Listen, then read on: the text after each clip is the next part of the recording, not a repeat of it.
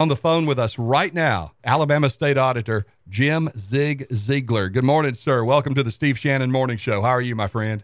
Good morning, and thank you for your interest in what's going on in Montgomery. We may see the light at the end of the tunnel. Well, it looks that way. Now, you correct me if I'm wrong, please, sir. And may I call you Zig? Oh, certainly.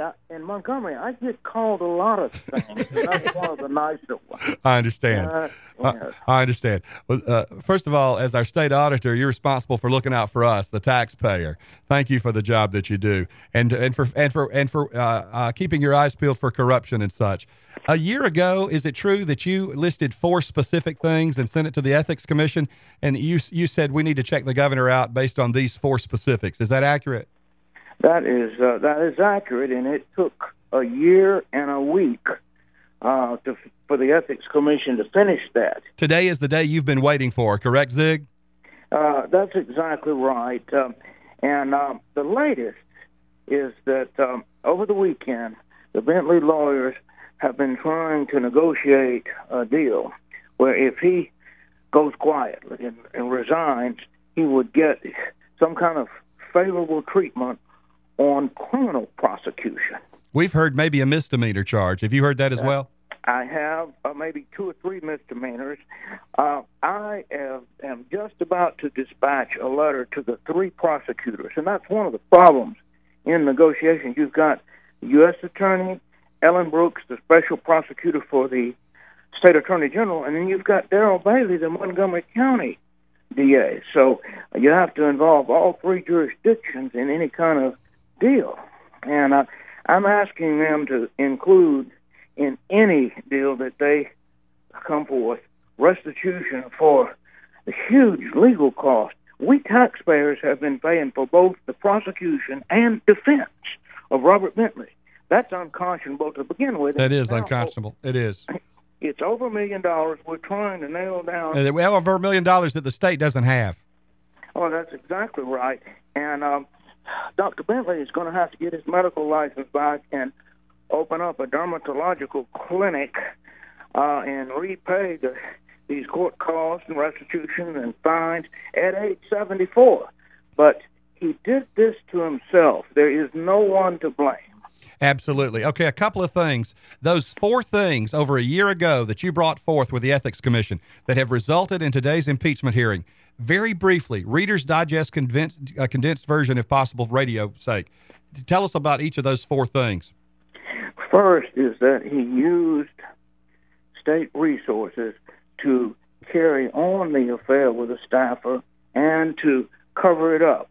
Now, just having an affair with a married staffer 30 years younger than you with 3 children, that in and of itself is not criminal. It's terrible, but it's not criminal. But using state resources, the law enforcement, the state facilities, state the plane, the state airplane.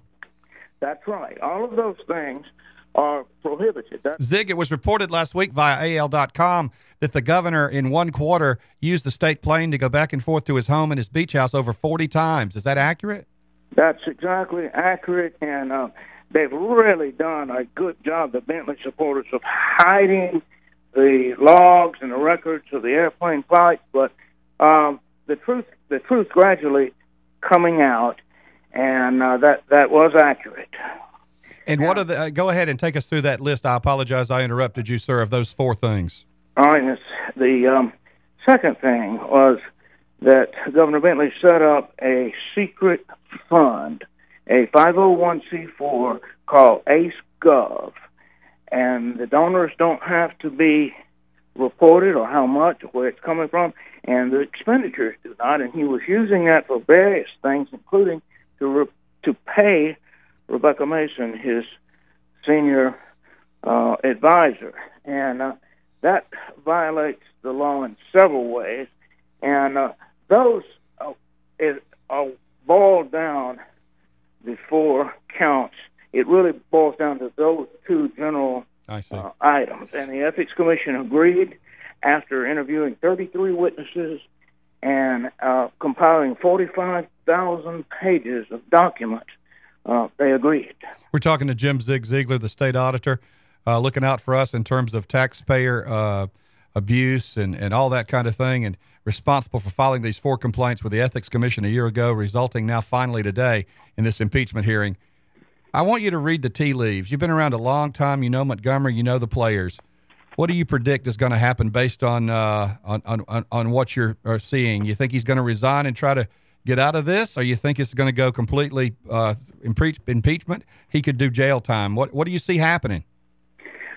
First of all, at 10 o'clock this morning, the impeachment hearing is going to start unless there's already been a resignation. The only way that will not start is if he resigns before 10 o'clock this morning. So evidence will continue to come out. Live witnesses will be called. Questions will be asked. The national media is descending on Montgomery as of this moment. It's terribly embarrassing for the state. The fact, though, that we are dealing with it appropriately is reassuring. It is. The number of state officials, and some people try to blame it on Republican state officials, who have gone off the straight and narrow path and violated their oath of office, you could count them on the fingers of one hand.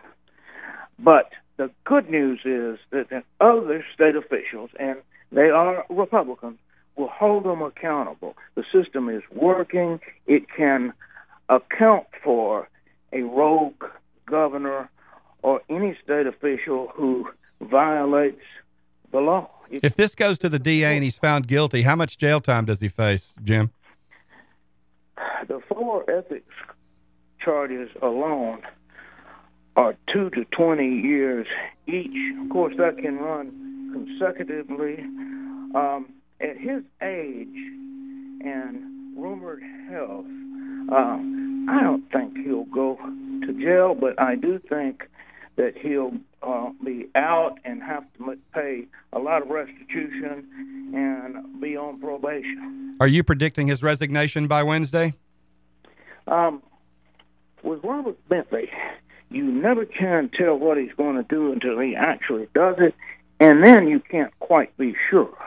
We're with Jim Zeigler, the state auditor of the state of Alabama, just hours literally before the impeachment hearings began. Did you ever have direct dealings with Becca Mason, his girlfriend and temptress? And if so, tell us about them. I did not. I have never met her. I did see her when she and her husband were at the Christmas tree lighting in this past December, the state Christmas tree on the state Capitol steps. And the audacity of it was that John Mason, her husband, was appointed the MC and emceed the entire Christmas tree celebration. Rebecca Mason was on the second row. I was on the front row. And they were there as if everything is all right. Well, everything is not all right. And be sure your sins will find you out. Mine always do.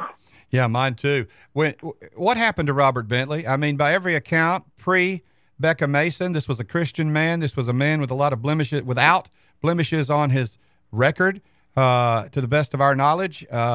We elect him governor of the state, and then all of a sudden, it's like, who is this guy? What happened, Zig? Power corrupts, and absolute power corrupts absolutely. And this man went from being a grandfatherly dermatologist to a very quiet state representative for 8 years that people almost didn't know. He was so quiet and unassuming. But when bingo, he accidentally got elected governor due to several factors. People weren't voting for Robert Bentley. They didn't know him. They were voting against the other candidates. And he couldn't handle it. It's like trying to take somebody who's never been a coach and put him head coach at Alabama. Not going to end well. No.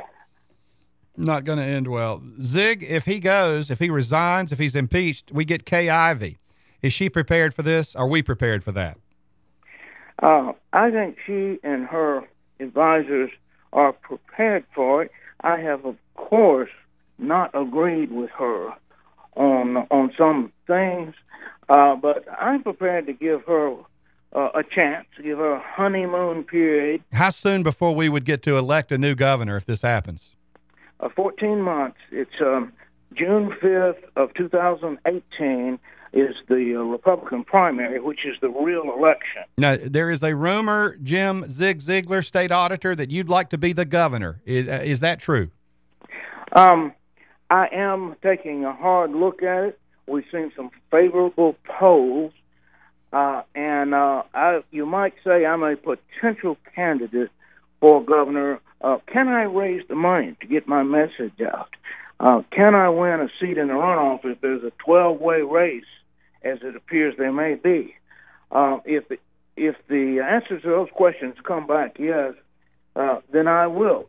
But I can always run for re-election as state auditor. I feel like I've done more with this office than has ever been done before. You've been a remarkable state auditor, and I'm thankful that we have you there, especially at such a critical time. And I thank you for your service there, regardless of what happens with any efforts towards your possibly running for governor. Just an amazing time, and people are just so disillusioned with politics in general, and especially in Alabama with the history we've had just with our governors alone and how they, need to have a cell reserved for former Alabama governors, it seems, and I hate that. That's horrible, isn't it? That's just horrible. By the way, you had a quote the other day that I'd like to repeat. I thought it was fantastic. Let me know if I get it right or wrong. Alabama doesn't need Alabama needs a penny pincher as governor, not a lady pincher. Is that right? That's exactly right. And sometimes with humor, you can make a strong point. Amen. I couldn't agree more. And by the way, off record, but will you be in the hearing this morning? I'm assuming you'll be there? Oh, yes. I'm in the state capitol at the moment. I got here at 7 a.m. Amazingly, the Bentley staffers were here. They were coming in. I've never seen them here this early, and but they weren't saying anything, naturally. And I'll be headed over there shortly. I've had calls this morning from CNN and ABC. Oh, this has gone national in a big way. Well, it is, and sadly, we have the potential for a Governor Rod Blagojevich yes. in Alabama. That was the Illinois governor. Oh, yes. Who is in a federal penitentiary at this time. Yes. Among other things, he tried to use the appointment to the U.S. Senate for his own advantage. We're going to have to build a federal penitentiary for former governors, it appears, sadly. By the way, I attended a wedding with you recently. You don't know me from Adam, but I know you. And I'm telling you what, you're ready for Dancing with the Stars. What you did on that dance floor blew my mind. Well, all the way back to my University of Alabama days, I've learned how to do the old-fashioned swing dance, and I enjoy it what few times I get to do it. I understand. Well, you're good at it. Were you the SGA president here? I was. I beat the machine. You beat the machine? Oh. I'm telling you, that's not easy. That's not easy. No, that was way back in 19 Booglesville. Yeah, I understand. I know that time well. Would there be an opportunity to speak with you about this time as we go through this historic week in Alabama? Yes. Up until the resignation, if that occurs, we should have daily reports on what happened the day before in the hearings and what's coming up that day in the hearings. All right, let's book it. Again, tomorrow morning, 8:10. Thank you so much. The perfect guest on This Morning in Alabama. That is the State Auditor, Jim Zeigler, live from the Capitol as the impeachment hearings of Robert Bentley are about to begin. And you heard that exclusively on the Steve Shannon Morning Show with Meg Summers on 95.3 The Bear.